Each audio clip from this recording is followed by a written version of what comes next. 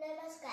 आदरणीय व्यासपीठ, वंदनीय गुरुजन वर्ग आणि माझ्यासमोर बसलेले माझ्या वयाचे तुम्ही सर्वजण, आज मी तुमच्या समोर एका अशा विषयावर बोलणार आहे ज्यांच्याविषयी कधी निबंध लिहायला सांगितल्याचं पण मला आठवण नाही.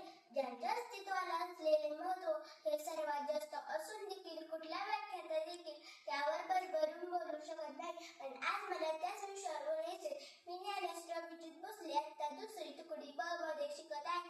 माझ्या बोलण्याचा विषय आहे माझे वडील.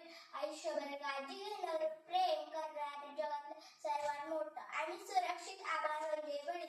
आयुष्याच्या प्रवासात प्रत्येकाला एका खंबीर आधारस्तंभाची गरज असते. तो आधारस्तंभ कुटुंबात, मित्रांमध्ये किंवा मार्गदर्शकांमध्ये असू शकतो. पण माझ्या आयुष्यात या आधारस्तंभाची भूमिका बजावते ते माझ्या बाबांनी. तेच माझे प्रेरणास्थान, माझी ताकद आणि माझं सगळं काय आहे. माझे बाबा माझ्या जीवनाचा खरा शिल्पकार आहे. त्यांचा उत्साह, त्यांचे नेतृत्व आणि त्यांच्या मूल्यांचा आदर्श माझे आयुष्य घडवण्यासाठी मला नेहमीच प्रेरित करतात. त्यांचे जीवन सकारात्मक, संघर्षात्मक आणि प्रेरणादायी आहे. माझे बाबा म्हणजे एक अद्भुत व्यक्तिमत्व आहे. जीवनात जीव लावणारे व्यक्तिमत्व म्हणजे वडील. स्वतःपेक्षा जास्त जपणारे, आपली एक ना इच्छा पूर्ण करण्यासाठी, सदैव घाम गाळण्यासाठी, कष्ट करण्यासाठी तत्पर असणारी एकमेव व्यक्ती म्हणजे बाबा. पण जगात आईच्या तुलनेत कुठल्याही क्षेत्रात बाबांचा उल्लेख खूप इच्छितच करावा लागेल. आईकडे अश्रूचे पाठ असतात तर बाबांकडे संयमाचे घाट असतात. आई रडून मोकळं होते पण सांत्वन मात्र बाबांनाच करावे लागते. आणि रडणाऱ्यापेक्षा स्वतः दुःखात होरपळत असून देखील सांत्वन करणाराच महान असतो ते म्हणजे बाबा. ज्योतीपेक्षा समय जास्त तापते पण श्रेय तर नेहमी ज्योतीलाच मिळतं. समय म्हणजे आई असते पण शांतपणे ठेवणारी ज्योत म्हणजे बाबा असतात.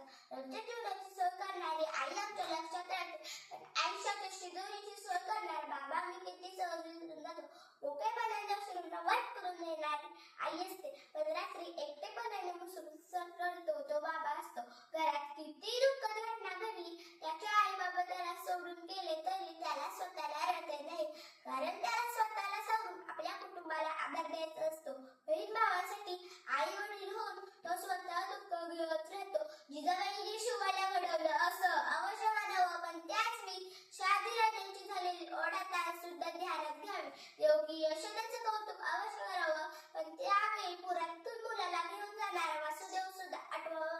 राम हा कौशल्याचा पुत्र जरूर होता, पुत्र बियाबाने तडफडून मरणारा तो बेटा दशरथ होता.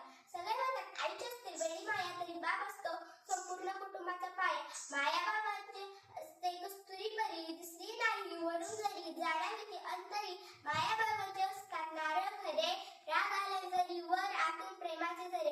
बाप आणि लेक हे नाते शब्दात मांडणे कठीण असते. बाबा हा शाळेसारखा असतो, बाहेरून कितीही गोटत असला तरी आतून मात्र नितळ आणि मधुर पाण्याचा झरा असतो.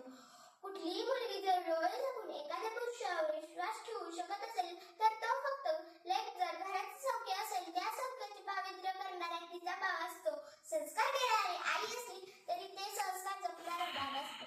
संयम देणारी आई असली तरी खंबीर बनवणारा बाबा असतो. पोट धरून चालायला शिकवणारा बाबा असतो. लेकीच्या हट्टासाठी गोडावणारा बाबा असतो. शेवटी लाडकी लेक सासरी जाताना सर्वांपासून दूर जाऊन अश्रू न आता मनातल्या मनात हमसून रडणारा देखील बाबाच असतो. न बोलता प्रेम करतो, न सांगता आधार देतो, न थकता कष्ट करतो, न दाखवता सहन करतो तो फक्त ना फक्त बाबा असतो.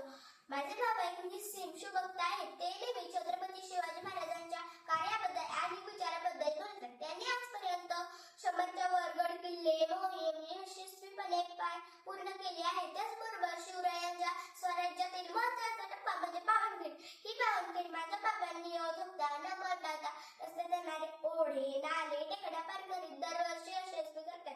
माझे बाबा मला नेहमी सांगतात छत्रपती शिवाजी महाराजांसारखे वीर आणि पराक्रमीपणा. त्यांच्या या शिकवणीमुळे खूप मोठी प्रेरणा मिळते. मला एक शिवप्रेमी वडील मिळाल्याने मी स्वतःला खूप भाग्यवान समजते. कोणत्याही परीक्षेचा निकाल लागला की आई जवळ घेते, कौतुक करते, गोंजारते पण गपचूप जाऊन पेढे आणणारा, अभिमानाने सांगणारा बाप कोणाला दिसत नाही. झटका बसला, ठेच लागली, फटका बसला तर तोंडातून आई हा शब्द बाहेर पडतो.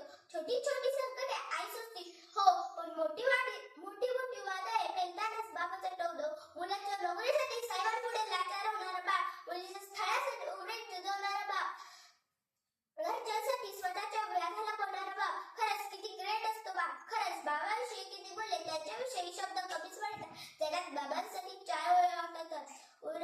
मंदिर